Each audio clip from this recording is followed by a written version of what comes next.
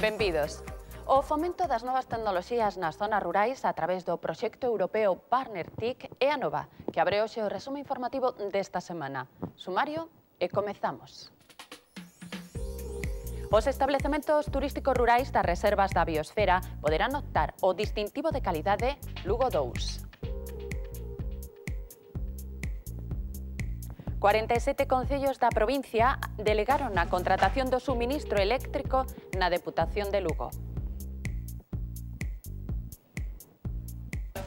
A presidenta da Asociación Provincial de Mulleres Empresariais, Beatriz Varela, responde hoxe o Ti Preguntas. A torta de millo segue a atraer visitantes a Guitiriz. Coñeceremos o seu proceso de elaboración artesanal. A Escola Municipal de Ciclismo, que apoia o Concello de Lugo, inicia a rapaces menores de 12 anos neste deporte. A Deputación de Lugo súmase ao proxecto europeo Partner TIC destinado ao fomento da sociedade da información nas zonas rurais. O organismo provincial continúa deste xeito apostando polas novas tecnoloxías que xunto ao apoio aos concellos e ao medio ambiente son os seus principais piares de actuación.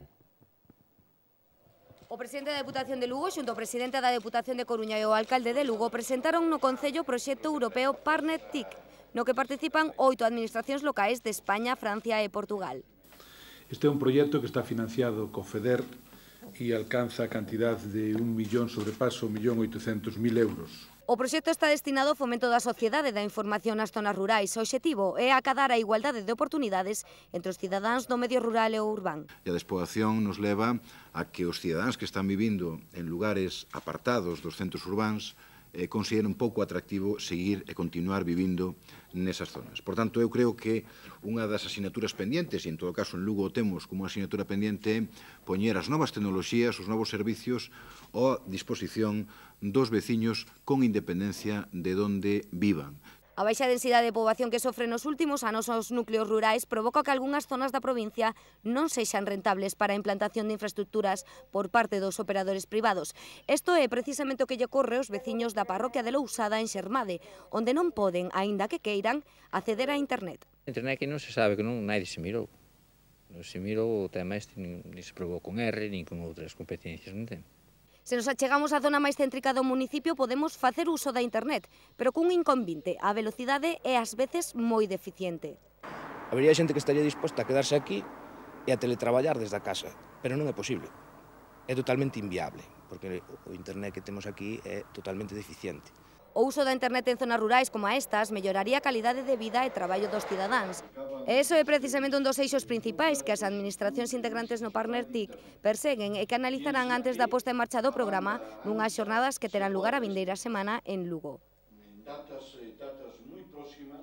Os establecementos de turismo rural da provincia poderán acadar o distintivo de calidade Lugo 2 que promove a Deputación.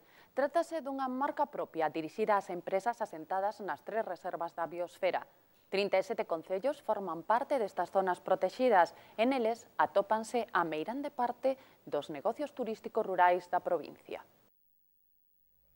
Hai 4 anos abría as súas portas os viaxeiros que se achegan aos Ancares a Casa Solariega de Cervantes, un edificio do século XVI que construíron os condes de Grajal e señores de Cervantes.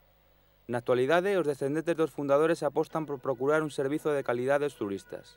Nuestros huéspedes son fundamentalmente amantes de la belleza y de la gastronomía y vienen a relajarse, porque ese es el turismo a medio y largo plazo, el que busca la calidad en todos los servicios y en lo que ve. Sin cuidado y sin mantenimiento y sin marcas de calidad no hay buen turismo. Os responsables da Casa Solariega de Cervantes, que xa conta coa que de calidade, son partidarios de implantar unha marca propia nos establecementos rurais da provincia. Si este distintivo que está promoviendo la Diputación de Lugo consigue la profesionalización del sector y además hacer una marca conocida que distinga el turismo de Lugo fuera de Lugo, pues es lo necesario para que nuestro turismo sea el que tiene que ser.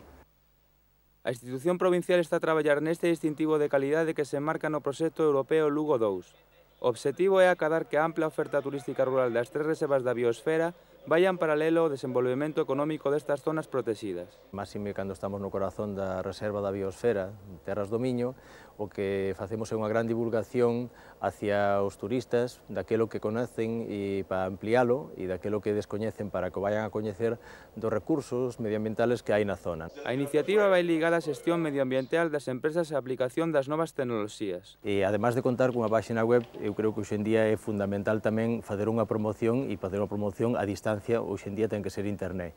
O turismo rural tense que apoiar nesas novas tecnologías que hoxe en día internet si quer realmente ter unha presencia e unha captación de clientes importante. O Pazo de Verdes que se atopa en Feira do Monte, en Cospeito, data de principios do século XVIII. Como a moitos establecementos turísticos rurais da provincia, é un exemplo da arquitectura tradicional galega, nun entorno de gran valor paisaxístico. 47 concellos da provincia delegaron a contratación do suministro eléctrico na Deputación.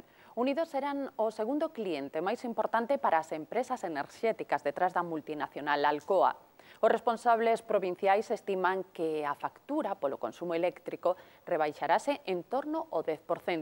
Este aforro suporá na práctica un novo ingreso para as arcas municipais. Monterroso é un dos 47 concellos da provincia que acordaron en pleno delegar na Deputación a contratación do suministro eléctrico. O obxectivo fundamental é que, ao sumar entre todos unha factura moi elevada, as empresas ofrezan un prezo por kilovatio máis barato.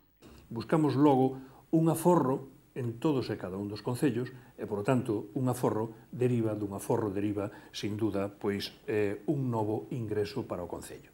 E en época de crise, como di a veces o presidente Besteiro, pois hai que botarlle imaginación. No caso de Monterroso, a factura eléctrica supera o ano os 150.000 euros, dos que uns 100.000 se destinan ao alumeado público e á rede semafórica. O resto corresponde ás dependencias municipais, como o recinto feiral ou a casa consistorial. Ca iniciativa da Deputación, o aforro podería cadar ata o 10%. O Concello monterrosino supoñeríanlle 15.000 euros anuais. Buscamos agora aforros porque os concellos temos moi limitados os ingresos. Os novos ingresos son difíciles de descubrir nos concellos porque dependemos sempre das transferencias de outras administracións públicas. Por lo tanto, cando aforramos 15.000 euros, para nosotros é realmente extraordinario. Uns cartos que poderían destinarse a cubrir outras necesidades. Con 15.000 euros o concello pode pavimentar unha rúa, pode pavimentar, arreglar 2 camiños de acceso, pode arreglar os camiños interiores dunha parroquia, pode pagar o transporte de minusválidos e de persoas que están atendidas no centro de día, por exemplo. Os concellos xa se poderán beneficiar deste novo sistema de contratación no primeiro trimestre do ano. Bueno, apagamos a luz para que siga habendo... Eu eso fago, Fago, e esta, por exemplo, teño a ser casi sempre apagada, porque consume moito e... E é que todas as medidas de aforro axudan.